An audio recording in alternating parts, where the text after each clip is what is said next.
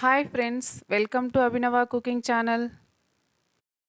ఈరోజు ఆలు క్యారెట్తో సింపుల్గా ఎలా స్నాక్స్ చేసుకోవాలో చూద్దాం. ఈ స్నాక్స్ని మనం ఎంతో తక్కువ టైంలో చేసుకోవచ్చు.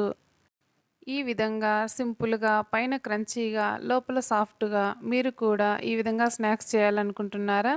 అయితే ఖచ్చితంగా ట్రై చేయండి. దీనికి కాంబినేషన్గా టమోటా సాస్తో తింటే చాలా బాగుంటుంది. మనకు స్నాక్స్ తినాలనిపించినప్పుడు ఎంతో ఈజీగా హెల్తీగా చేసుకునే ఈ స్నాక్స్ ఇప్పుడు మనం చూద్దాం. ముందుగా 2 క్యారెట్లని, ఒక మీడియం సైజ్ ఆలూని పీల్ ఆఫ్ చేసుకోవాలి.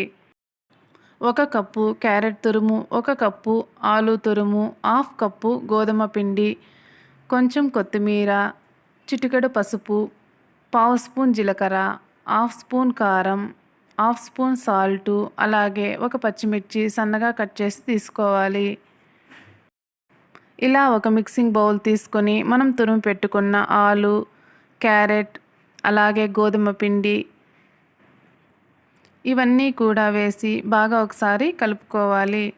ఇలా కలుపుకోవడం వలన మనకు పిండి ముద్దలు లేకుండా మొత్తం ఒకే విధంగా ఉంటుంది. ఈ విధంగా కలుపుకున్న దానిలో 2 స్పూన్ల వరకు నీళ్ళను యాడ్ చేసుకోవాలి. ఇలా యాడ్ చేసుకున్న తర్వాత చేతితో ఒకసారి నెమ్మదిగా కలుపుకోవాలి. ఇలా ఈ కన్సిస్టెన్సీ వస్తే సరిపోతుంది.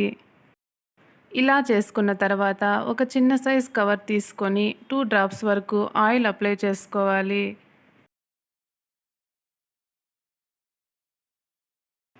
ఈ విధంగా చేసుకున్న మిక్స్ని చిన్న బాల్ లాగా రౌండ్గా చేసుకోవాలి.